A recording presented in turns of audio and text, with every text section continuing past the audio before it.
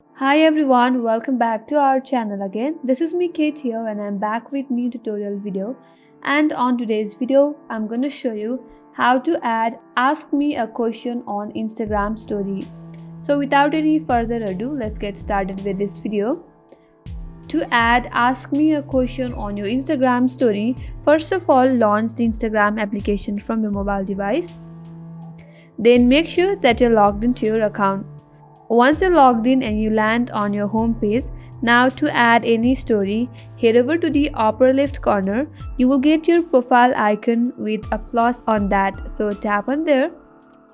Now you can either select a background photo from your gallery by tapping on the gallery icon from the bottom left corner, or else you can also capture any background from your camera as well. After you import your background or capture the background from your camera, then you will land on this page. Now to add ask me a question, at the top of this interface there you will get a sticker icon. Tap on there.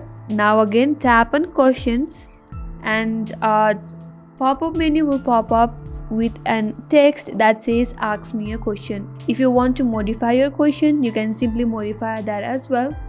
If not, then you can simply tap on done from the upper right corner.